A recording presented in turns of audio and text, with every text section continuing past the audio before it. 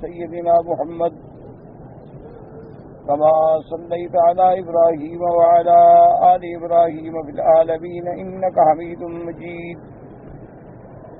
قال الله تبارك وتعالى في كلامه المجيد: أعوذ بالله من الشيطان الرجيم. بسم الله الرحمن الرحيم. قل إنني هداني ربي إلى صراط مستقيم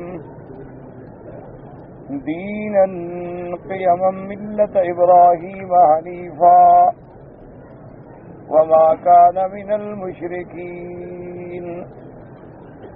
قل إن صلاتي ونسكي ومحياي ومماتي لله رب العالمين لا شريك له وبذلك أمرت وأنا أول المسلمين. اللہ تبارک و تعالی نے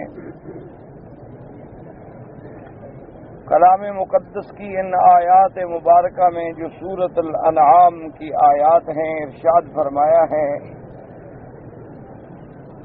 کہ میرے محبوب محمد مصطفیٰ صلی اللہ علیہ وسلم آپ کہہ دیجئے اننی ہدانی ربی، میرے رب نے مجھے ہدایت کی، راستہ دکھلایا صراط مستقیم کا. اور وہ صراط مستقیم کیا ہے؟ دیناً قیما، ایک ایسا دین جو قائم ہے، ثابت ہے. اور ملت ابراہیم علیہ السلام، جو ابراہیم حنیفاً سب سے منہ موڑ کے اللہ کی طرف جڑنے والے تھے اور نہیں تھے وہ شرک کرنے والوں میں. ان آیات مبارکہ سے پہلے سورۃ الانعام میں آپ نے پڑھا ہے یا سنا ہے کہ یہ سورت مبارک جو ہے اس میں اللہ نے تمام خطاب جو ہے وہ تقریباً مشرکین کو ہے، اور مشرکین کے شبہات باطلہ کا رد ہے. اور اسی ضمن میں اللہ تبارک و تعالی نے بعض احکام کا بھی ذکر فرمایا ہے. اور آخر آیات مبارکہ میں اللہ تبارک و تعالی نے ارشاد فرمایا تھا کہ میرے مدنی پاک صلی اللہ علیہ وسلم آپ ان لوگوں کو، پوری امت کو، آنے والوں کو قیامت تک بتلا دیں کہ ھذا صراطی مستقیم، کہ یہ دین اسلام جو ہے بس یہی صراط مستقیم، اسی کی پیروی کرو اور اس کو چھوڑ کے مختلف فرقوں میں مبتلا اور گروہوں میں نہ پڑ جاؤ. اور یہی اللہ تبارک و تعالیٰ کی وصیت ہے،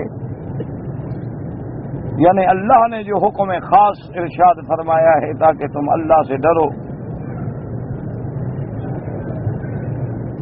اور انہی آیات مبارکہ کے بعد پھر اللہ تبارک و تعالی نے ارشاد فرمایا تھا کہ ان الذین فرقوا دینہم کانوا شیعا لست منہم فی شیء، کہ میرے محبوب صلی اللہ علیہ وسلم جو لوگ دین سے جدا جدا ہو گئے اور گروہ بن گئے، آپ کا ان سے کوئی تعلق نہیں، ان کا معاملہ اللہ کے سپرد ہے. اللہ تبارک و تعالی ہی خبر دیں گے جو وہ کرتے تھے. انہی آیات مبارکہ میں آپ پورے قرآن مقدس میں غور کریں تو جہاں آپ دیکھیں گے سب سے اول جب آپ سورۃ فاتحہ مبارک پڑھتے ہیں تو اہدنا الصراط المستقیم، سب سے عظیم دعا جو ہے اور سب سے جامع کامل مکمل دعا جو ہے وہ سورۃ فاتحہ ہے، کہ جس میں اللہ کا حمد و ثنا ہے، اللہ تبارک و تعالی کے اسماء و صفات کا اقرار ہے، جس میں اللہ تبارک و تعالی کے مالک ہونے کا اقرار ہے، اور جس میں اللہ تبارک و تعالی کے یوم قیامت عدل اور انصاف فرمانے کا اقرار ہے. اور اس کے بعد پھر دعا ہے کہ اہدنا الصراط المستقیم، کہ یا اللہ ہمیں صراط مستقیم کی ہدایت عطا فرما، اسی پہ ثابت قدم فرما۔ اور اس کو پھر اللہ نے مزید واضح فرما دیا ہے کہ صراط مستقیم کیا ہے؟ صراط الذین انعمت علیہم، کہ ان لوگوں کا راستہ جن پہ تو نے انعام فرمایا ہے، اور جن پہ اللہ نے انعام فرمایا ہے وہ کون لوگ ہیں؟ اس کو قرآن نے دوسرے مقام پہ بیان فرمایا، اولئک مع الذین انعم اللہ علیہم من النبیین والصدیقین والشہداء والصالحین، وہ اللہ کے انبیاء ہیں، وہ صدیقین ہیں، وہ شہداء ہیں، وہ صالحین ہیں، اور کیا ہی بہتر ہے ان کی سنگت اور ان کا تعلق۔ اور ساتھ اللہ تبارک و تعالی نے اس بات اور نفی دونوں انداز میں سمجھا دیا کہ اللہ ان کے راستے پہ چلا جو انعام یافتہ ہیں، غیر المغضوب علیہم، ان کے راستے پہ نہ چلانا جن پہ تیرا غضب ہے، ان کے راستے پہ نہ چلانا جو گمراہ ہیں۔ تو اللہ نے ہمیں پہلی صورت میں جو مسلمان اپنے فرائض میں، واجبات میں، سنت میں، نفل میں، اشراق و ضحیٰ اوابین میں پڑھتا ہے، اور ہر وقت اللہ سے مانگتا ہے کہ اہدنا الصراط المستقیم۔ اسی کو اللہ تبارک و تعالی نے دوسرے مقام پہ ارشاد فرمایا کہ ان ھذا صراطی مستقیما، کہ یہی راستہ ہے صراط مستقیم۔ اور اسی کو اللہ تبارک و تعالی نے ان آیات میں بھی ارشاد فرمایا کہ ان الذین فرقوا دینہم، جنہوں نے جدا جدا کر دیا دین کو، وکانوا شیعا، اور گروہ گروہ بن گئے، لست منہم فی شیء، میرا محبوب آپ کا ان سے کوئی تعلق نہیں۔ اس لیے غور کریں کہ صراط مستقیم کسی جگہ آیا صراط مستقیم، اور کسی جگہ اللہ تبارک و تعالی نے اس کو فرمایا ہے سبیل، یعنی راستہ۔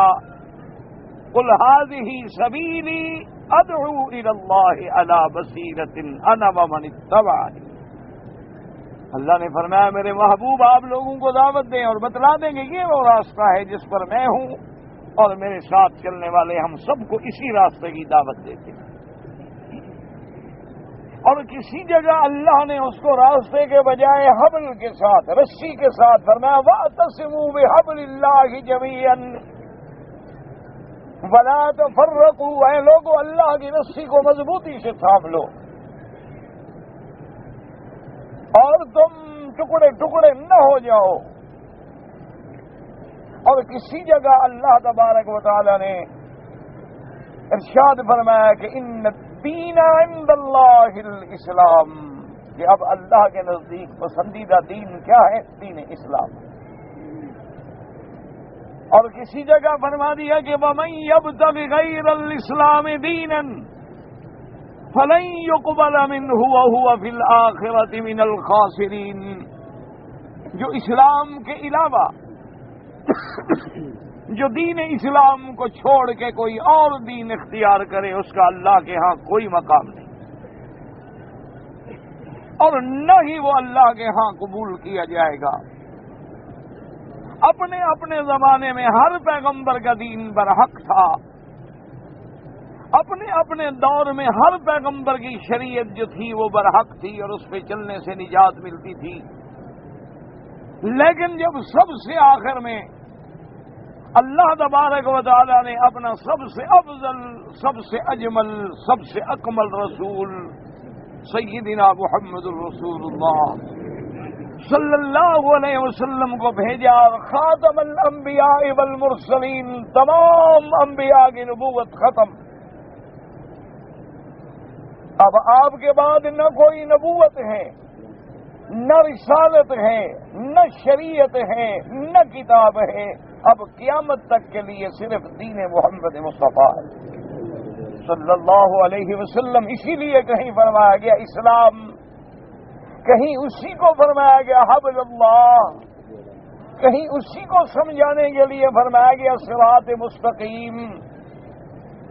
اسی طرح جو آیت آج ہم نے پڑھی ہے، اللہ نے فرمایا کہ میرا محبوب آپ بتلا دیں، قل اننی ہدانی ربی، میرے رب نے مجھے دکھلایا ہے.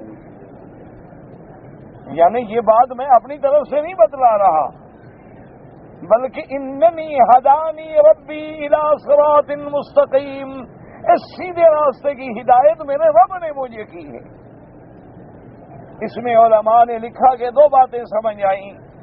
ایک بات تو یہ سمجھ آئی کہ صراط مستقیم کی ہدایت دینے والا کون ہے؟ اللہ تبارک و تعالی. کہ اگر اللہ نبی کو بھی ہدایت دینے والا وہی ہے تو اور کسی کو ہدایت پھر کسی اور سے کیسے مل سکتی؟ اور دوسری بات یہ بھی سمجھا دی گئی کہ اننی ہدانی ربی، میرے رب نے مجھے ہدایت کی ہے. تم بھی رب کے دروازے پہ آؤ گے تو تمہیں بھی ہدایت ملے گی، کیونکہ ہدایت تو اسی کو ملتی ہے جو مانگنے والا ہو. ہدایت تو اسی کو ملتی ہے جس کو طلب ہو اور تڑپ ہو. اسی لیے بعض لوگ جو ہیں بڑے بڑے شبہات کرتے ہیں کہ دیکھو جی بہت ساری دینی جماعتیں ہیں، بہت سارے مولوی ہیں، یہ بس رات دن اپنے مسلمانوں کو تبلیغ میں لگے ہوئے ہیں. حالانکہ ان کو تو چاہیے کہ جا کے کافروں کو دعوت دیں، کافروں کو جا کے دین سکھائیں. لیکن یہ کافروں کے پاس تو نہیں جاتے، بس اپنے مسلمانوں کو ہر وقت لگے ہوئے ہیں. تو یہ بھی ایک شیطانی شبہات ہے. اور اس کو پھر وہ مثال دینے کے لیے سمجھاتے ہیں کہ دیکھو جی ایک آدمی کو سر میں درد ہو اور ایک آدمی کو دل کا دورہ پڑا ہوا ہو تو ڈاکٹر کو کس کی طرف توجہ کرنی چاہیے؟ سر درد والے کی طرف یا ہارٹ اٹیک والے کی طرف؟ اب ہر آدمی کہے گا ٹھیک ہے جی وہ دل کے دورے والے کی طرف توجہ کرے، سر درد والا تو 2 گھنٹے بیٹھ جائے گا، ایک دن گزار لے گا، وہ تو غریب منٹوں میں مر جائے گا. وہ کہتے ہیں دیکھو جی تو سب سے ضرورت تو یہ تھی کہ یہود میں کام کیا جاتا، نصرانیوں میں کام کیا جاتا، ہندوؤں میں کام کیا جاتا، سکھوں میں کام کیا جاتا. لیکن یہ اچھے تبلیغ والے لوگ یہ تو اپنے مسلمانوں کے پیچھے لگے ہوئے ہیں. تو یہ بھی ایک شیطانی شبہ ہے. سمجھیں، ایک آدمی کو ہارٹ اٹیک ہو جائے لیکن وہ ڈاکٹر کے پاس آنا ہی نہیں چاہتا، علاج کرانا ہی نہیں چاہتا. اور ایک آدمی کو سر میں درد ہے لیکن وہ ڈاکٹر کے دروازے پہ بیٹھا ہے کہ جی مہربانی کرو مجھے دوائی دے دو، تو ڈاکٹر کس کی طرف توجہ کرے؟ تو جو لوگ کفر پہ ہونے کے باوجود اسلام کی طرف آنا ہی نہیں چاہتے، اسلام کی بات سننا ہی نہیں چاہتے، اسلام کی طرف نظر اٹھا کے دیکھنا بھی نہیں چاہتے، تو اسلام بھی تو ان کا محتاج نہیں ہے. اور دوسری بات یہ ہوتی ہے، ہمیشہ یاد رکھے کہ سب سے زیادہ ذمہ داری اللہ نے اپنے انبیاء کو کیا دی تھی؟ جب حضور کو نبوت ملی تو کیا حکم ملا کہ سب سے پہلے اپنے گھرانے کو ڈراؤ. تو سب سے بڑی ذمہ داری ہوتی ہے کہ آدمی اپنے اہل کو، اپنے عیال کو، اپنے مسلمانوں کو جو دین پہ ہیں ان کو اگر سنبھال لے تو یہ بہت بڑی بات ہے، کیونکہ یہی لوگ تو پھر دین کے داعی بنیں گے.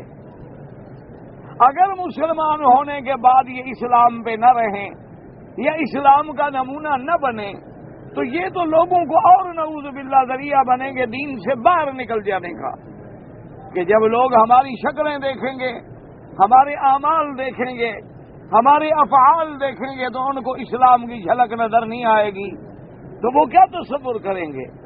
اور اگر ان کو ایک صحیح مسلمان نظر آئے تو صحیح مسلمان کا لباس جو ہے وہ بھی دین ہے، صحیح مسلمان کی شکل جو ہے وہ بھی دین ہے، صحیح مسلمان کا وضو کرنا جو ہے وہ بھی دین ہے، صحیح مسلمان کھڑے ہو کے جب نماز پڑھتا ہے وہ بھی دین ہے، مسلمان جب اذان دیتا ہے وہ بھی دین ہے، مسلمان جب رکوع و سجود کرتا ہے وہ بھی دعوت ہے.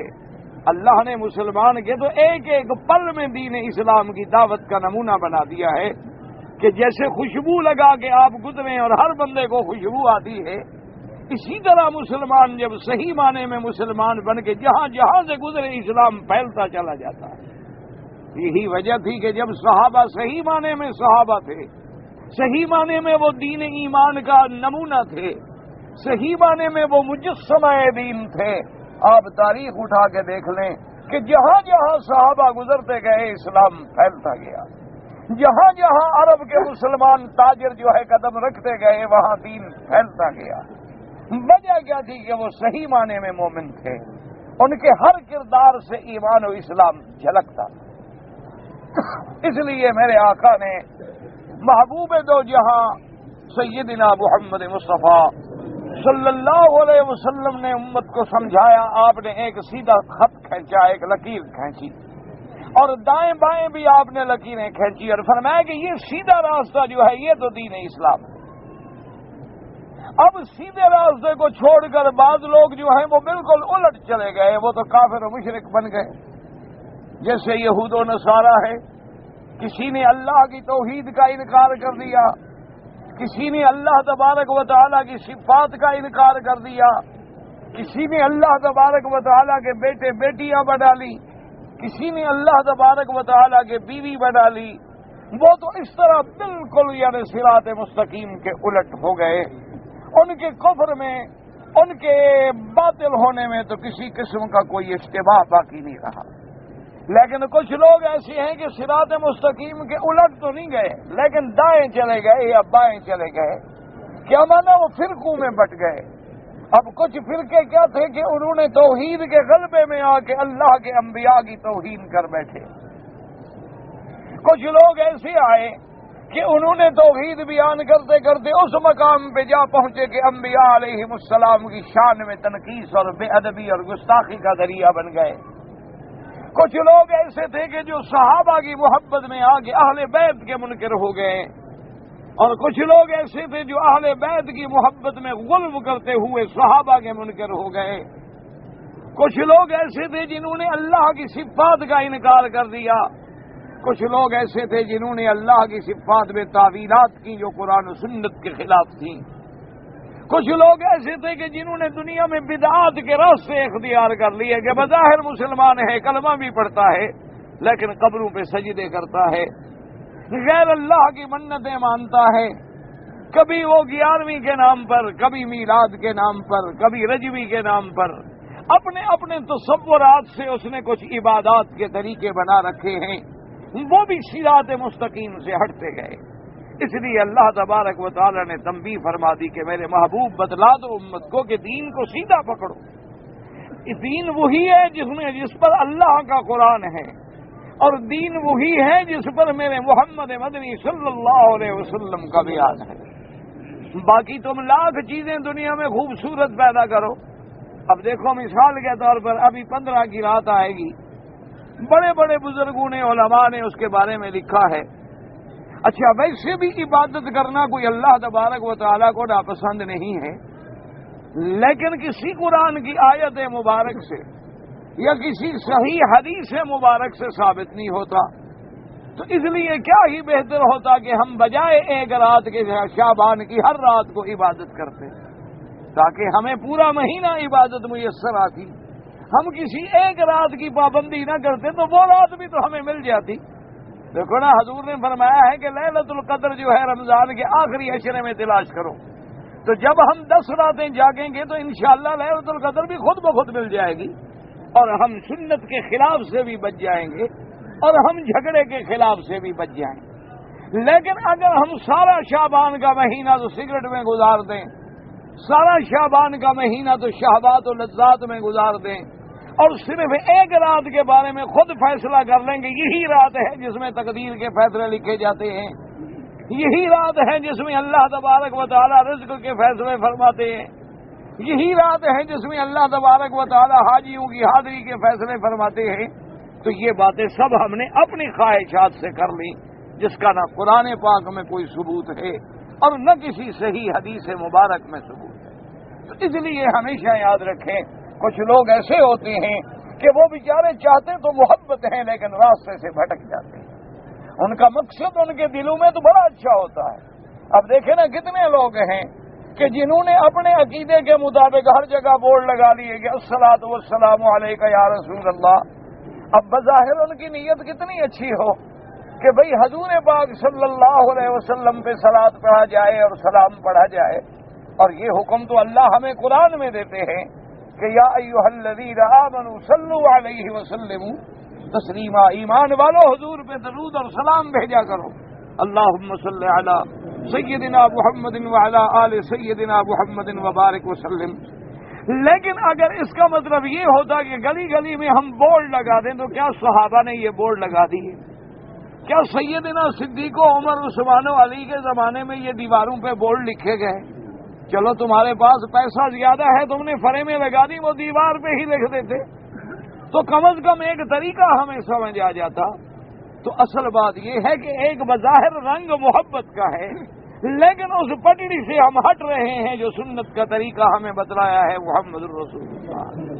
اصل میں تو صلاۃ و سلام کا فریم جو ہے وہ مسلمان کے دل میں ہوتا. اصل میں صلاۃ و سلام کا فریم جو ہے وہ مومن کے عقل اور دماغ میں ہوتا کہ جب وہ حضور کا نام سنتا تو فوراً پڑھتا اللہم صلی علی سیدنا محمد وعلی آل سیدنا محمد وبارک وسلم. اب اسی طرح دیکھیں مثال کے طور پہ مسجدیں بنانا تو سنت ہے. سب سے پہلی مسجد بنانے والے کون ہیں؟ سیدنا آدم علیہ السلام. سب سے پہلے اللہ کا کعبہ بنانے والے کون ہیں؟ فرشتے. سب سے پہلے مسجد اقصی بنانے والے کون ہیں؟ اللہ کے پیغمبر داؤد و سلیمان علیہ السلام. سب سے پہلے مسجد نبی بنانے والے کون ہیں؟ محمد الرسول اللہ. تو مسجدیں بنانا تو اللہ کا حکم ہے، مسجدیں تعمیر کرنا تو علامت ایمان ہے، مسجدوں کو آباد کرنا تو علامت ایمان ہے. لیکن جب ان مسجدوں کو ہم تقسیم کر لیں کہ یہ فلاں پارٹی کی مسجد ہے اور یہ فلاں پارٹی کی مسجد ہے، اور یہ مسجد جو ہے جناب صلاۃ و سلام والوں کی ہے اور یہ مسجد جو ہے وہابیوں کی ہے، تو جب اللہ کے گھروں کو ہم تقسیم کر لیں تو ہم پٹڑی سے ہٹ گئے. ہم نے وہ صراط مستقیم کا جادہ جو تھا وہ چھوڑ دیا. وَأَنَّ الْمَسَاجِدَ لِلَّهِ، تمام سجدے کی جگہیں جو ہے وہ تو اللہ کے لیے، تمام سجدے جو ہیں وہ تو اللہ کے لیے. اب حضور پاک صلی اللہ علیہ وسلم نے فرمایا کہ انی نہیتکم من زیارت القبور الا فزوروها. آپ نے فرمایا میں نے منع کیا تھا ابتدا میں کہ قبروں پہ نہ جایا کرو، لیکن حضور نے فرمایا میں تمہیں حکم دیتا ہوں کہ تم قبروں پہ جایا کرو، قبروں کی زیارت کیا کرو. اور اس کے بعد حضور نے فرمایا کہ وجہ کیا ہے؟ فرمایا کہ یہ تمہیں اپنی موت یاد دلاتی ہیں اور قبریں جو ہیں تمہیں آخرت کی یاد دلاتی ہیں کہ ہم نے بھی یہی آنا ہے اور ہمارا بھی مقام یہی ہونا ہے، اور پھر انہی قبروں سے کھڑے ہو کے ہم نے اللہ کے دربار میں پیش ہونا ہے. اسی لیے میرے محبوب سرکار دو جہاں صلی اللہ علیہ وسلم جو ہیں شہدائے احد، آپ مدینہ منورہ میں جب تھے تو آپ سیدنا حمزہ کی قبر پہ تشریف لے جاتے، آپ شہدائے احد پہ تشریف لے جاتے. اسی طرح میرے محبوب جو ہیں وہ جنت البقیع الغرقد مدینہ منورہ کا جو قبرستان ہے اس پہ تشریف لے جاتے. اسی طرح حضور صلی اللہ علیہ وسلم جہاں سے بھی گزرتے اگر قبرستان ہوتا تو فرماتے السلام علیکم یا دار قوم مؤمنین انا انشاء اللہ بکم لاحقون انتم السابقون ونحن الاثر.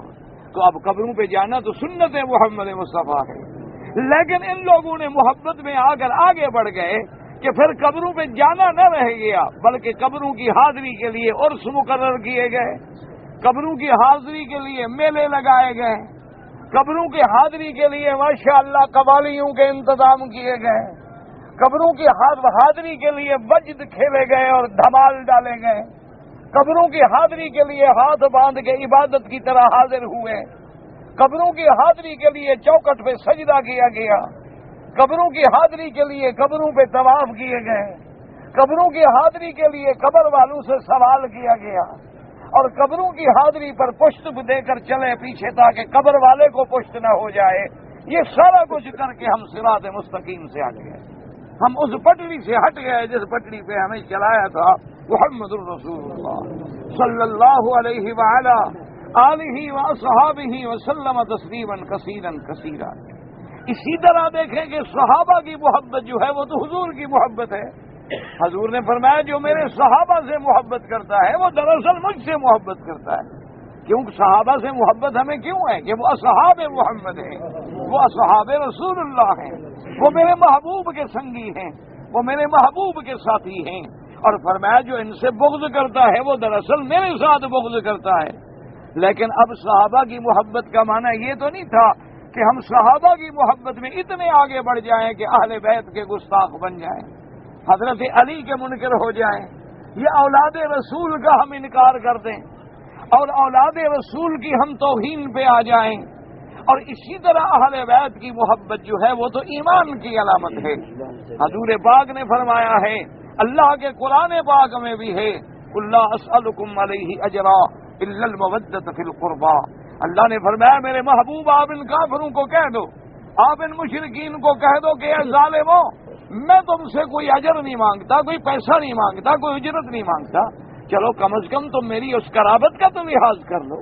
تو حضور کی قرابت جو ہے وہ تو بہت بڑی چیز ہے، اہل بیت رسول کا تو بہت بڑا مقام ہے، لیکن اہل بیت کی محبت میں کوئی ابو بکر و عمر عثمان کا گستاخ بن جائے تو وہ بھی پٹڑی سے ہٹ گیا۔ اسی لیے حکم ہے کہ صراط مستقیم پہ رہو۔ صراط مستقیم کیا ہے؟ جو اللہ کے قرآن میں ہے۔ صراط مستقیم کیا ہے؟ جو محمد مصطفیٰ کے بیان میں ہے۔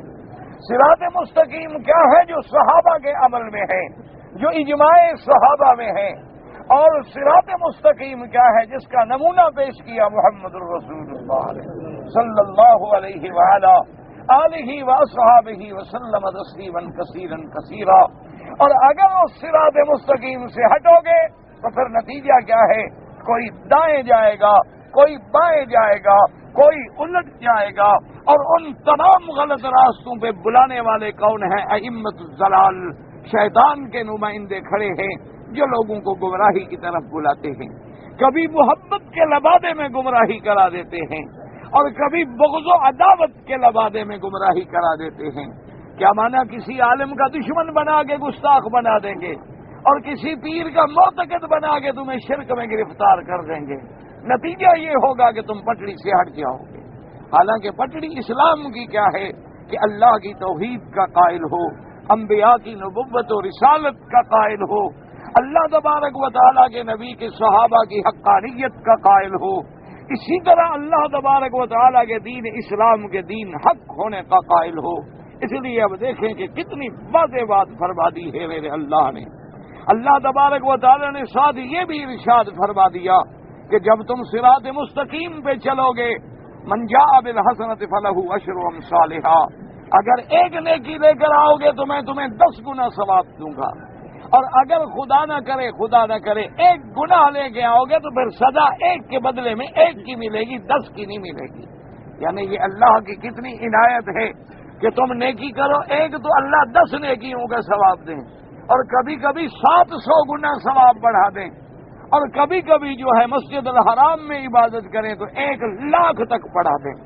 حالانکہ مسجد الحرام کے بارے میں آتا تو صرف نماز کا ذکر ہے کہ حضور نے فرمایا کہ جو آدمی مسجد الحرام میں یعنی حرم مکہ میں نماز پڑھتا ہے تو اللہ اس کو 1,00,000 نماز کا ثواب دیتے ہیں۔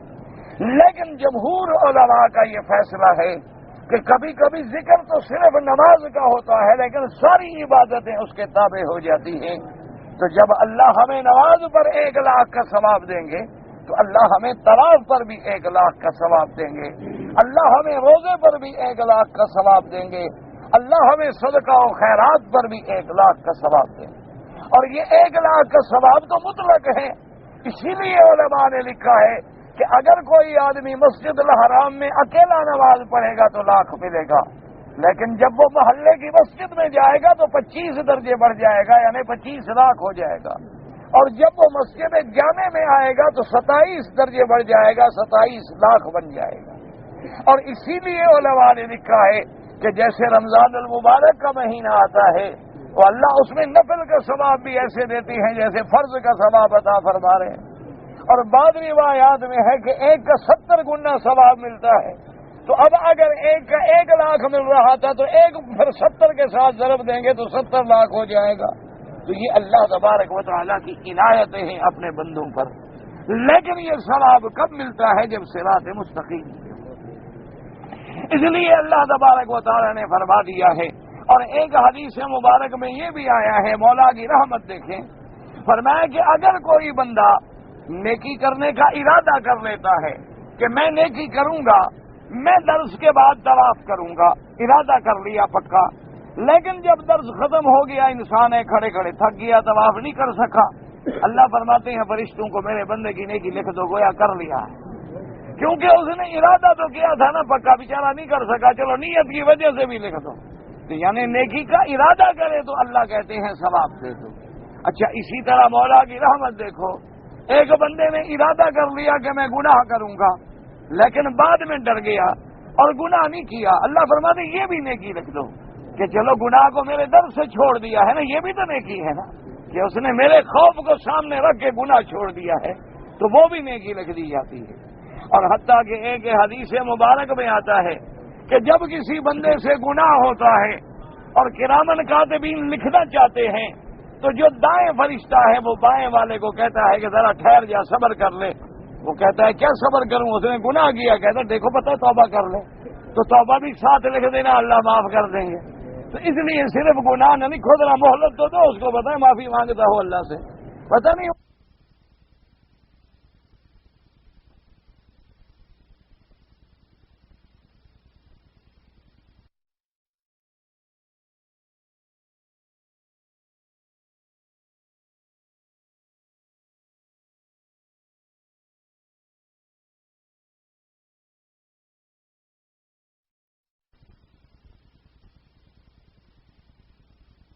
نے کیا فرمایا ہے کہ من جاء بالحسنۃ فلہ عشر امثالھا، یہ نہیں فرمایا من عمل بالحسنۃ، فرمایا من جاء بالحسنۃ، یعنی جو نیکی لے کے آیا میرے پاس قیامت میں، یعنی نیکی کرنے کے بعد برباد نہیں ہو گئی۔ کیا مانا تم 10 حج پڑھو لیکن ایک دن جا کے قبر پہ سجدہ کر لو تو 10 حج برباد ہو گئے، وہ تو نیکی رہی نہیں تمہارے پلے میں، تم نے شرک کر لیا، اور شرک کرنے سے عمل جو ہے وہ برباد ہو جاتا ہے۔ اسی طرح اگر تم نے 10 حج کیے ہیں، ماشاءاللہ سینکڑوں عمرے کیے ہیں، لیکن یا دستگیر یا نبی یا رسول یا علی مدد کا نعرہ لگا کے غیر سے مدد مانگ لی ہے تو شرک آ گیا، اور جب شرک آ گیا تو عمل برباد ہو گئے۔ جب عمل برباد ہو گیا تو تم نیکی لے کے اللہ کے پاس تو جا نہیں رہے ہو۔ اللہ فرماتے ہیں من جاء بالحسنہ، جو میرے پاس اس حال میں آئے کہ نیکی لے کے آئے، یعنی مرنے تک پھر اس کو خراب نہ کریں، مرنے تک اپنے اعمال کو شرک کر کے باطل نہ کرے، مرنے تک اپنے اعمال کو اسی عقیدہ صحیحہ پہ رکھے تاکہ جب آئے گا تو نیکیاں ساتھ ہوں گی۔ کیونکہ اگر گناہ کرے گا، اگر شرک کرے گا، لئن اشرکت لیحبطن عملک، اللہ نے فرمایا میرے محبوب اگر شرک کرو تو عمل برباد ہو جائے۔ اسی لیے فرمایا من جاء بالحسنۃ کہ تم نیکی لے کے آؤ میری دربار میں قیامت والے دن، کہ تم نے اللہ کے کعبے کا طواف کیا نیکی ہے، لیکن اگر قبر کا طواف کر لیا تو یہ طواف تو ختم ہو گیا۔ تم نے اللہ کے نام پہ قربانی کی، یہ بڑی نیکی ہے، لیکن جب تم نے قبر پہ جا کے کوئی جانور ذبح کر لیا تو وہ تو شرک ہو گیا۔ تم نے اللہ کو پکارا یا اللہ، اللہ کو ندا کی، اسی طرح یا دستگیر غیر کو ندا کی تو شرک ہو گیا۔ تم نے اللہ کے نام پہ خیرات کی، اور اسی طرح تم نے پیران پیر کے نام پہ بھی 11ویں منا لی، تو وہ پہلی خیراتیں تو ختم ہو گئیں، کیونکہ شرک کے بعد پہلا عمل جو ہے وہ باقی نہیں رہتا۔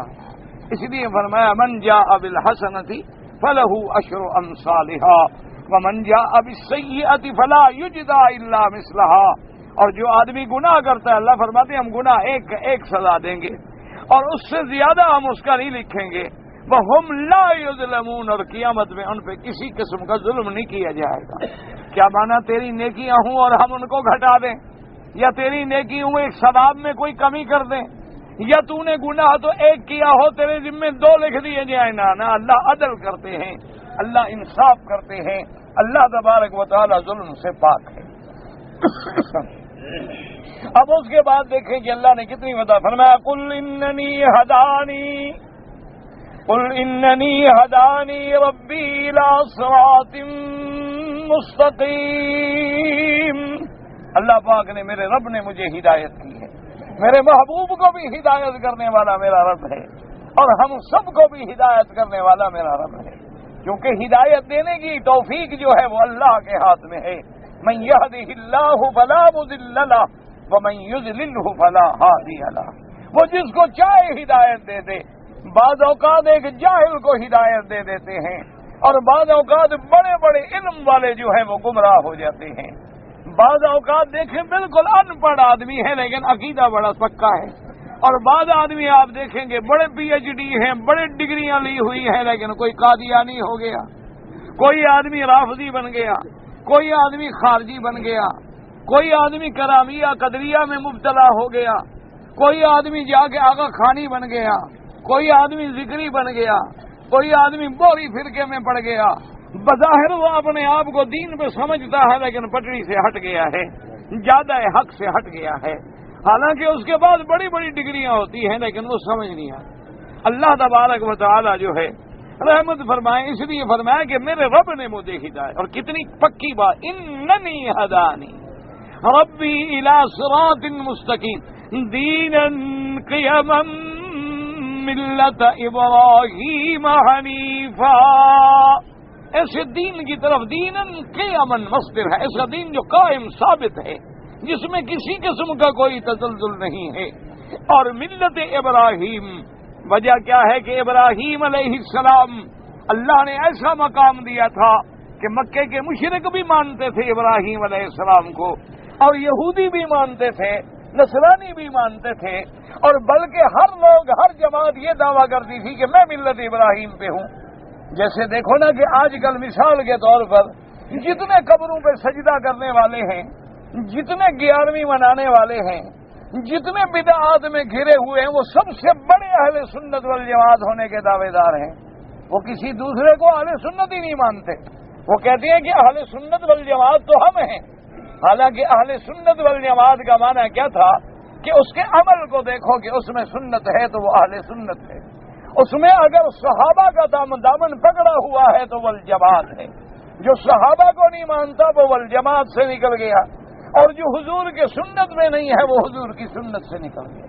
وہ تو چھوٹی چھوٹی باتوں سے پہچانا جا سکتا ہے. اب آپ حیران ہوں گے جی ہم کیسے ڈھونڈیں؟ ماتھے پر تو نہیں لکھا ہوتا مولوی کے کہ یہ اہل سنت ہے یا نہیں ہے.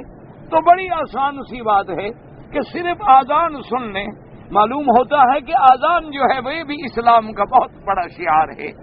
اس لیے میرے محبوب نے، سرکار دو جہاں نے، سیدنا محمد مصطفیٰ صلی اللہ علیہ وعلا آلہ وسلم تسلیما کثیرا کثیرا فرماتے تھے صحابہ کو کہ جنگ پہ جا رہے ہو، کسی بستی پہ شب خون نہ مارنا، کسی بستی پہ حملہ نہ کرنا، انتظار کرنا فجر کی. اگر فجر کے وقت میں اذان کی آواز آ جائے تو اس بستی پہ حملہ نہ کرنا، اور اگر اس بستی سے اذان کی آواز نہ آئے تو پھر حملہ کرنے کی اجازت ہے. تو اذان جو ہے یہ علامت تھی کہ وہاں اسلام والے ہیں، وہاں ایمان والے ہیں. تو اذان کفر اور اسلام کے درمیان میں ایک علامت بن گئی. اب اسی طرح ہم نے دیکھنا ہے کہ سنت اور بدعت کو کیسے ڈھونڈیں. تو آپ دیکھ لیں کہ اذان شروع کہاں سے ہوتی ہے. اگر اذان شروع ہوتی ہے جیسے بلال نے شروع کی، اگر اذان شروع ہوتی ہے جیسے عبداللہ ابن ام مکتوم نے شروع کی، اگر اذان شروع ہوتی ہے جیسے ابھی محذورہ نے شروع کی، اللہ اکبر، تو سمجھ لو یہ اہل سنت ہیں. اگر اذان شروع ہوتی ہے ان اللہ و ملائکتہ سے، اگر اذان شروع ہوتی ہے الصلاۃ والسلام علیک یا رسول اللہ سے، اگر اذان شروع ہوتی ہے جناب ماشاءاللہ کسی اور چیزوں سے، تو یہ سمجھ لیں کہ یہ سنت نہیں ہے. اگر سنت ہوتی تو سب سے بڑا عاشق تو بلال تھا، سب سے بڑا عاشق محمد مصطفیٰ کا تو ابھی محذورہ تھا، سب سے بڑا عاشق تو صحابہ تھے. انہوں نے کیوں نہیں صلاۃ و سلام پڑھے، یا ان کو پڑھنا نہیں آتا تھا، ہم نے بعد میں سیکھا ہے. تو اس لیے اب اذان سنتے ہی تمہارا فیصلہ ہو جائے گا کہ اہل سنت ہے یا اہل بدعت ہے. اسی طریقے سے جب آپ دیکھ لیں کہ کوئی میت ہے، آپ گئے ہوئے ہیں، دیکھ لیں اگر تو کل خانیاں شروع ہیں، اگر تو 7 جمعراتیں شروع ہیں، اگر تو 40واں شریف شروع ہے، سمجھ لو کہ بدعت ہے. اگر یہ دین ہوتا تو سب سے پہلے میرا محمد مصطفیٰ سکھلاتے، جس پاک نبی نے ہمیں کفن پہنانا سکھلا دیا ہے، جس پاک نبی نے میت کا رخ کعبے کی طرف کرنا سکھلا دیا ہے، جس پاک نبی نے فرمایا کہ جب میت کو لے کے چلو تو آرام سے چلو، میت کو تکلیف نہ دو، جس نبی نے ہمیں یہ سکھلا دیا ہے کہ میت کو کیسے رکھنا ہے. اور اگر مرد میت ہو تو امام جنازے پڑھانے والا کہاں کھڑا ہو، اگر عورت کی میت ہو تو امام کہاں کھڑا ہو، اور قبر جو ہے لحد یا شق کیسے بنائی جائے، اور جب قبر میں اتارو تو بسم اللہ علی ملت رسول اللہ کیا پڑھنا ہے، اور جب قبر میں اتار لوگے تو پھر اس کا رخ کس طرف کرنا ہے، جب قبر میں اتار دو گے تو اس کے کفن کے وہ جو رسیاں باندھی ہوئی ہیں ان کو بھی کھول دینا ہے. جس نبی نے یہ ساری باتیں سکھلا دی اس نے کل نہیں سکھلائے. اس نے 7 جمعراتیں نہیں سکھلائی، اس نے 40واں نہیں سکھلایا، تو معلوم ہوا کہ یہ اہل بدعت ہے، یہ اہل سنت نہیں۔ اگر اہل سنت ہوتا اس کا عمل بھی اسی طرح ہوتا جو عمل ہے محمد رسول اللہ صلی اللہ علیہ وآلہ آلہ واصحابہ وسلم تسلیما کثیرا۔ ویسے کہنے کے لیے تو مشرکین مکہ بھی کہتے تھے کہ ہم ابراہیم کے دین پہ ہیں، یہودی بھی کہتے تھے کہ ہم ابراہیم کے دین پہ ہیں، اور نصرانی بھی کہتے تھے کہ ہم دین ابراہیم پہ ہیں۔ اللہ نے قرآن میں فرمایا ما کان ابراہیم یہودیا ولا نصرانیا ولکن کان حنیفا مسلما وما کان من المشرکین۔ اللہ نے فرمایا میرا محبوب آپ ان کو بتلا دیں ابراہیم کو دین یہودیت پہ تھا، ظالموں وہ میری توحید کا سب سے بڑا امام تھا، اور تم اللہ کے ساتھ بیٹے بناتے ہو اور دعویٰ کرتے ہو دین ابراہیم کا، تم عیسیٰ علیہ السلام کو خدا کا بیٹا کہتے ہو اور دعویٰ کرتے ہو دین ابراہیم کا۔ مشرکین مکہ تم نے کعبۃ اللہ کو 360 بتوں سے بھر رکھا ہے، اور ابراہیم بتوں کے توڑنے والا ہے، اور پھر تم دعویٰ کرتے ہو دین ابراہیم کا۔ دین ابراہیم حق ہے، میں نے ابراہیم کو امت کے لیے امام بنایا ہے، لیکن دین ابراہیم کا سچا وارث جو ہے وہ محمد الرسول اللہ صلی اللہ علیہ وآلہ آلہ واصحابہ وسلم تسلیما کثیرا۔ اس لیے فرمایا دینا قیما ملت ابراہیم حنیفا۔ حنیفہ کا کیا معنی؟ ہر چیز کو چھوڑ کے اللہ کی طرف مڑنے والے۔ وما کان من المشرکین، اور ابراہیم علیہ السلام مشرکین میں سے تو نہیں تھا کہ شرک کرے، ابراہیم علیہ السلام تو شرک کو مٹانے والا۔ اب آگے دیکھیں کتنی بڑی بات واضح کریں، قل ان صلاتی ونسکی ومحیایا ومماتی للہ رب العالمین۔ اللہ نے فرمایا میرا محبوب اعلان کر دو کہ میری نماز، کیونکہ سب سے اہم عبادت کیا ہے؟ نماز ہے۔ رکوع کیا ہے؟ نماز ہے۔ سجود کیا ہے؟ نماز ہے۔ جھکنا کیا ہے؟ نماز ہے۔ تشہد میں بیٹھنا کیا ہے؟ نماز ہے۔ ہاتھ باندھ کے کھڑے ہونا یہ سب نماز کے ارکان ہیں۔ تو میری نماز ونسکی، اور علماء فرماتے ہیں کہ نسک کا معنی قربانی، اور بعض علماء فرماتے ہیں نسک منسک سے ہے، کیا معنی؟ افعال حج، جتنے حج کے افعال ہیں یہ بھی سارے مناسک حج ہیں، اس لیے ان کو بھی مناسک کہا جاتا ہے۔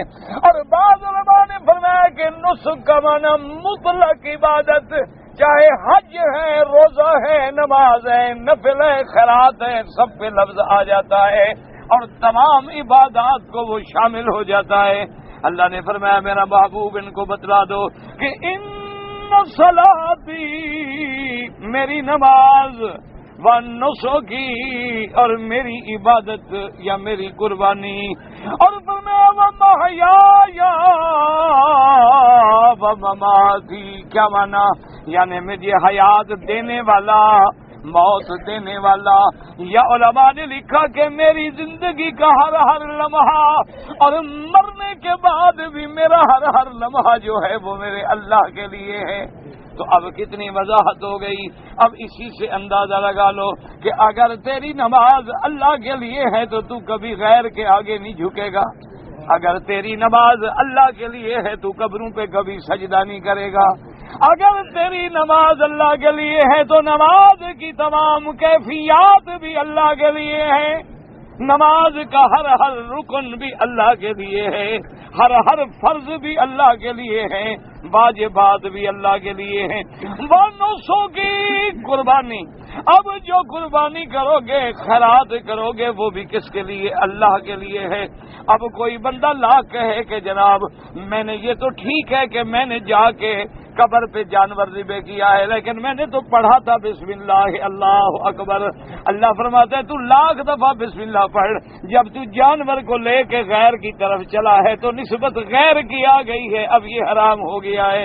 وما اہل بہ لغیر اللہ، لاکھ میرا نام لیتا ہے، میرا نام تو ابو جہل بھی لیتا تھا، ابو جہل بھی کہتا تھا لبیک اللہم لبیک، باقاعدہ احرام باندھتا تھا ابو جہل طواف کرتا تھا، ابو جہل نے کعبہ شریف بنایا، ابو جہل عقیقہ کرتا تھا، اور ابو جہل جب ڈوبنے لگے پھر خدا کو پکارتا تھا، اور حضور نے خود سنا، یعنی میرے محبوب گواہ ہیں، حضور پاک صلی اللہ علیہ وسلم کھڑے ہیں، مکے کے مشرک حج کے لیے جا رہے ہیں، احرام باندھا ہوا ہے، پڑھیں لبیک اللہم لبیک لبیک لا شریک لک لبیک، اللہ ہم حاضر ہیں اور تیرا کوئی شریک نہیں۔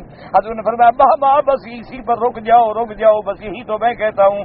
کہتی ہے نا یہ بات نہیں، لبیک لا شریک لک لبیک الا شریکا تملکہ وما ملک، میرا اللہ تیرا کوئی شریک نہیں مگر یہ تیرے پیارے جن کو تو نے شریک بنایا ہوا ہے، یہ تیرے اپنے ہیں، ہم ان کو کہتے ہیں، یہ تجھ کو کہتے ہیں۔ یہی تو ہے شرک جس میں امت پھنسی ہوئی ہے، اسی میں وہ بھی پھنسے ہوئے تھے نا، کہ میرا اللہ یہ تیرے محبوب، تیرے اللہ شریکن، یہ مگر تیرے شریک جو ہے نا، ہاں ہمارا یہ بھی عقیدہ ہے، تملکہ، ان کا بھی مالک تو ہے، وما ملک، یہ تیرے مالک نہیں ہیں، یہ تیری مخلوق ہیں لیکن ہیں تیرے پیارے، کیونکہ تو ہمیں نظر نہیں آتا، تو عرش اولا پہ ہے، ہم کس کو سیدھا کریں، کس کے آگے درخواست کریں، اس لیے ہم آ کے ان کو کہتے ہیں اور یہ براہ راست تجھ کو کہہ دیتے ہیں، کیونکہ ان کا تعلق تیرے ساتھ بڑا مضبوط ہے، اور ہم گناہگار ہیں، ہماری بات تو ٹالی جا سکتی ہے لیکن اپنے پیاروں کی بات کوئی نہیں ٹالتا، اس لیے ان کو تو ہم نے تیرا شریک بنایا ہے۔ تو جب یہ کہ حضور نے فرمایا قاتلہم اللہ، اللہ تم لوگوں کو ہلاک و برباد کرے، ادھر کہتے ہو لا شریک لہ، ادھر کہتے ہو الا شریکا تملکہ وما ملک، تو اس لیے یاد رکھو، یہ نہ کہا کرو کہ جی ہم نماز پڑھتے ہیں، ہم خدا کا نام لیتے ہیں، لاکھ خدا کا نام لیتے رہو۔ دیکھو نا جی، ایک آدمی نے وضو کیا ہے، ایمان سے کہو اگر ہوا اس کی خارج ہو جائے وضو رہے گا؟ اچھا ایک آدمی نماز پڑھ رہا ہے، وضو ٹوٹ گیا، نماز ہاں جی رہ جائے گی؟ رمضان مبارک کا روزہ رکھا ہوا ہے، جان بوجھ کے پانی پی لے روزہ، یہ سب کچھ ٹوٹ جاتا ہے۔ توحید اتنا بڑا پکا عقیدہ ہے کہ شرک سے بھی نہیں ٹوٹتا، یعنی وضو ٹوٹ جاتا ہے، نماز ٹوٹ جاتی ہے، روزہ ٹوٹ جاتا ہے۔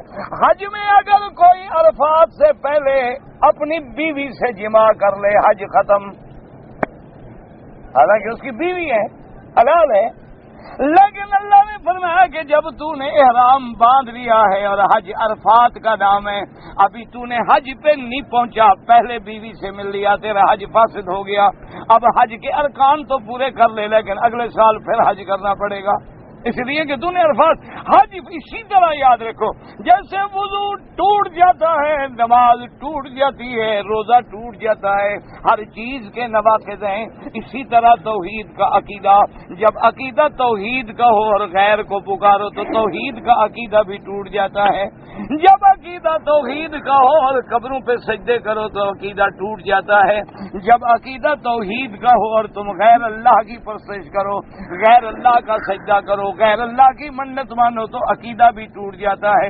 اس لیے اللہ نے فرمایا کہہ دو میرا مدنی، قل ان صلاتی ونسکی ومحیایا ومماتی للہ رب العالمین، سب اللہ کے لیے ہے، لیکن آگے وضاحت لا شریک لہ، یہ نہیں کہ صرف اللہ کے لیے ہے، اور میں کہوں اللہ تیرا بھی حصہ ہے، خیرات تیرے نام کی اور صدقہ امام حسین کا، یہ ہمارا ایسے کرتے ہیں، اور صحیح اللہ دے نا دی خیرات پر نظر نیاز تے حسین دی نہ تھا۔ اور شرک کیا ہوتا ہے؟ شرکوں کے سینگ لگے ہوئے ہوتے ہیں، یہی تو شرک ہے، اور شرک کس بلا کا نام ہے کہ اللہ بھی اور حسین بھی، اللہ بھی اور پیران پیر بھی، اللہ بھی اور شہباز قلندر بھی، اسی کا نام تو شرک ہے کہ اللہ کے ساتھ کسی چیز کو ملا دینا۔ چلو یہ کمزور ہے، ان کا تھوڑا حصہ، اللہ کا کچھ زیادہ حصہ ہو گیا، طاقتور ہے، لیکن ملا تو دیا نا تم نے، شراکت 1% کی ہو یا 50% کی ہو، شریک تو شریک ہوتا ہے جتنا میں سے، اس لیے فرمایا کہ نانا للہ رب العالمین لا شریک لہ، اس کا کوئی شریک نہیں۔ بس مسلمانوں یہی عقیدہ بنا لو، بس اگر یاد رکھو موت آئے اور شرک نہ کرو تو سمجھو اللہ کی رحمت سے جنت ہے۔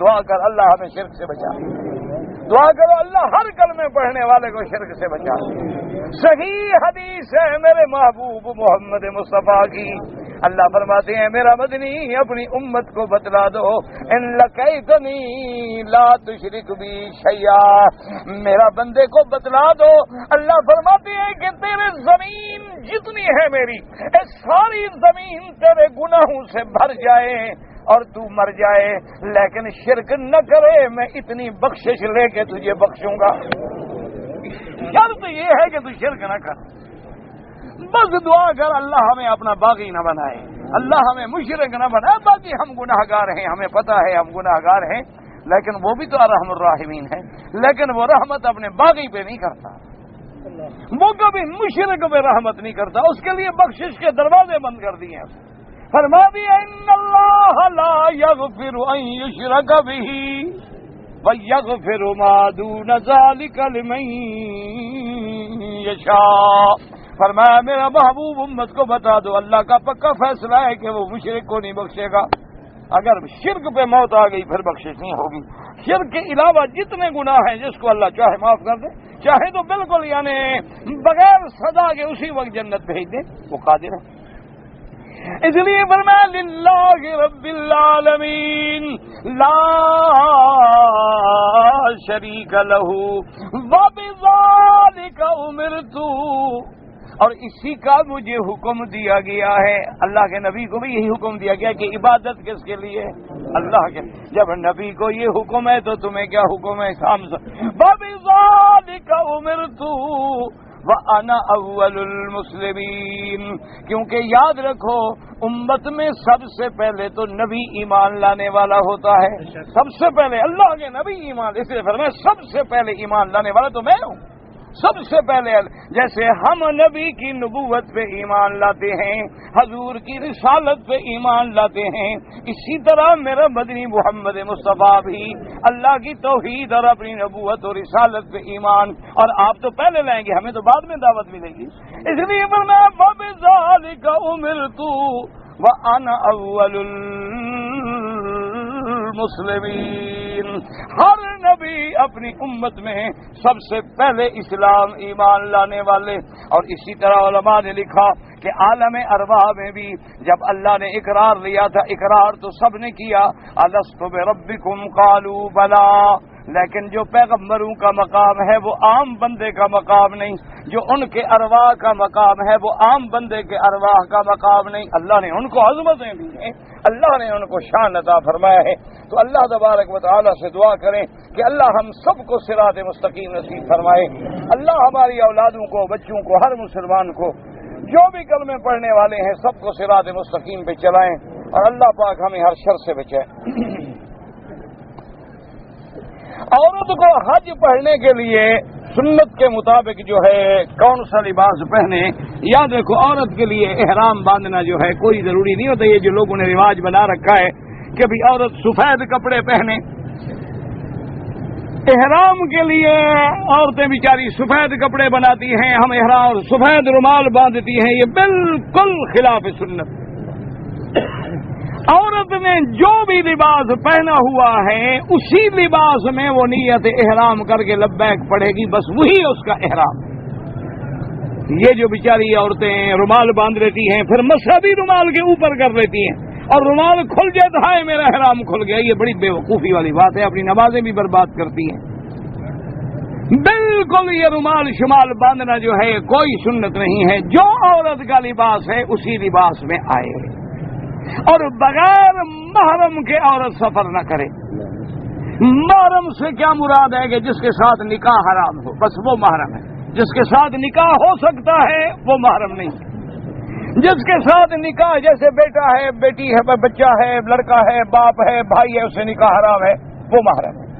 اور تیسری بات یہ ہے کہ عورت اپنے پردے کا پورا خیال رکھے، اگر مرد سامنے ہے تو پردہ اپنے چہرے پر گرا لے، اور اگر اکیلے بیٹھی ہے خیمے میں یا عورتیں بیٹھی ہیں تو اپنے چہرے سے پردہ ہٹا لے، عورت کے لیے کوئی پابندی نہیں، وہ جو کپڑے پہنتی ہے اسی کپڑوں میں احرام باندھے گی، اسی کپڑوں میں نیت کرے گی، اس کا کوئی الگ احرام نہیں ہوتا۔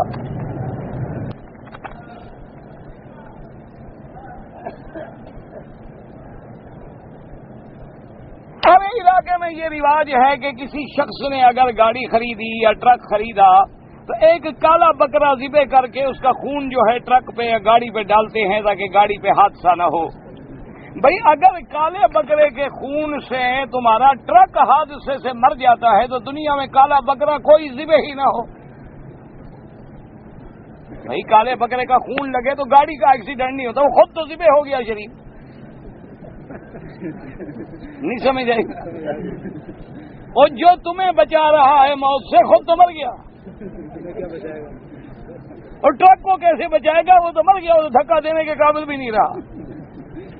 وہ ایک مثال مشہور ہے، ایک بادشاہ گیا شکار پہ، ایک تاریخ میں کس سے اللہ جانے سچا ہے جھوٹا ہے خدا جانتا ہے، تو وہ جناب جب شکار پہ گیا تو سارا دن جنگل میں دھکے کھا کھا کھا کے واپس آ گیا، کوئی شکار نہ ملا۔ اس نے اپنے وزیروں سے کہا کہ صبح صبح جب شکار کے لیے میں نکلا تھا نا، سب سے پہلے فلاں بندہ مجھے ملا تھا، اس کو لے آؤ۔ اس کو پکڑ کے لے آئے، بادشاہ تھا، اور انہوں نے کہا تم ایسے منحوس بدبخت ہو کہ صبح صبح جب میں نکلا سب سے پہلے تو مجھے ٹکرا تھا، اور تیری منحوس شکل پہ میری نظر پڑی تھی، جس کا نتیجہ یہ ہے کہ آج ہم سارا دن دھکے کھاتے رہے اور ہمیں ایک شکار بھی نہیں ملا، لہذا سزا ہے موت۔ اب کیا کرے بھی بادشاہ ہے؟ جب اس کو پکڑ کے لے جانے لگے اس نے کہا بادشاہ سلامت ایک بات میری سن لے، موت تو مجھے دے دی ہے، مرنا تو میں نے ہے نا، اس کے بعد تو کوئی سزا نہیں، ایک بات میری سن لو۔ اس نے کہا جی۔ اس نے کہا جیسے سب سے پہلے میں آپ کو ٹکرا تھا مجھے بھی آپ ٹکرے تھے، آپ کو شکار نہیں ملا اور میری زندگی جا رہی ہے، بتاؤ بڑا منحوس کون ہے؟ بادشاہ نے کہا ابھی بات تو ٹھیک ہے، بات سمجھ آ گئی۔ انہوں نے کہا چھوڑ دو۔ تو اس لیے میرا بھائی اگر وہ کالے بکرے کا خون ٹرک کو بچاتا ہے تو کالا بکرا تو نہ مرتا نا، وہ تو خود ذبح ہو گیا شریف۔ اس لیے یہ سارے شرک ہیں اور بدعات ہیں، یہ ہندوؤں کی رسمیں ہیں، یہ جادوگروں کی رسمیں ہیں کہ بکرا ہو اور کالا ہو، کبھی نیلا ہو کبھی پیلا ہو، یہ سب بکواس ہیں۔ جب بھی دیکھیں یاد رکھیں ابھی ٹرک بنے بھی نہیں تھے اور ہاتھ سے لکھے جا چکے ہیں۔ بس اللہ کے نام پہ خیرات کر دیا کرو، دعا مانگا کرو جب سواری کرو، تو اس لیے حکم ہے کہ سبحان الذی سخر لنا ھذا وما كنا له مقرنین وانا الى ربنا لمنقلبون۔ اور دعائیں سفر جو ہے وہ یاد کر لو، اللہ اکبر اللہ اکبر اللہ اکبر، اللهم انا نسألك في سفرنا هذا البر والتقوى ومن العمل ما ترضى، اللهم انا نعوذ بك من وعثاء السفر وكآبة المنظر وسوء المنقلب في المال والاهل، اللهم انت الصاحب في السفر والخلیفۃ في الاهل، اللهم هون علينا سفرنا هذا واطر عنا بعده۔ تو مسلمان کا تو ہر حال میں ذکر ہے، تاکہ اگر خدا نہ کرے موت آئے تو اللہ کے ذکر پر تو آئے گی نا، اللہ تبارک و تعالیٰ کے نام پر آئے گی۔ اور اسی طرح ایک حدیث مبارک ہے حضرت ابن عباس رضی اللہ تعالیٰ عنہ سے کہ دو آیتیں مبارک ہیں، ایک تو ہے بسم اللہ ما قدر اللہ حق قدرہ والارض جمیعا، اور ایک آیت ہے قال ارکبوا فیہا بسم اللہ مجریہا ومرساہا۔ یہ دو آیتیں جو بندہ پڑھے گا اللہ پاک اس کو حوادث سے امان میں رکھیں گے، لیکن جب تقدیر کا فیصلہ ہوتا ہے نا، یاد رکھو اللہ پڑھنے ہی نہیں دیتے، بندے کو وظیفے شریفے سارے بھول جاتے ہیں۔ اگر اپنے علاقے میں یا باہر فوت ہو جاتا ہے، جب لاش لاتے ہیں تو مرغی ذبح کر کے اس کا خون ڈالتے ہیں، سب بکواس ہے، کافروں کی رسمیں ہیں۔ حضور پاک نے داڑھی مبارک میں مہندی استعمال کیا تھا، حضور پاک کے تو ابھی چند بال سفید ہوئے تھے، حضور صلی اللہ علیہ وسلم کے آپ کی وفات مبارک 63 سال میں ہوئی ہے، لیکن حضور پاک کی سیرت مبارک ایسی پیاری تھی کہ ابھی چند بال تھے جو یہاں سفید ہوئے، اس لیے ضرورت ہی نہیں تھی مہندی لگانے کی، لیکن مہندی لگانے کا حکم موجود ہے۔ غیر الشیب ولو بشیء، حضور نے فرمایا کہ اپنے سفیدی کو بدلا کرو، چاہے کسی رنگ سے بھی بدل دو، تو اس میں علماء نے یہی لکھا ہے کہ کالا رنگ نہ ہو، باقی کوئی رنگ بھی۔ اگر مسلمان لڑکی موجود ہے تو عیسائی لڑکی سے شادی ہو سکتی ہے۔ دیکھو بھائی اگر مسلمان لڑکی موجود ہے، جب پانی موجود ہے تو تیمم کی کیا ضرورت ہے؟ ایک اصولی بات ہے۔ اگر پانی موجود ہے تو تیمم تو تب جائز ہے جب پانی موجود نہ ہو. مسلمان لڑکی نہیں ملتی. اب ہم اس ملک میں رہ رہے ہیں کہ کافروں کا ملک ہے, اہل کتاب لڑکی ہے, اب زنا سے بچنا ہے تو کیا کریں؟ تو اللہ نے اسلام میں گنجائش کر دی کہ اہل کتاب کی لڑکی سے شادی ہو سکتی ہے. ورنہ اگر مسلمان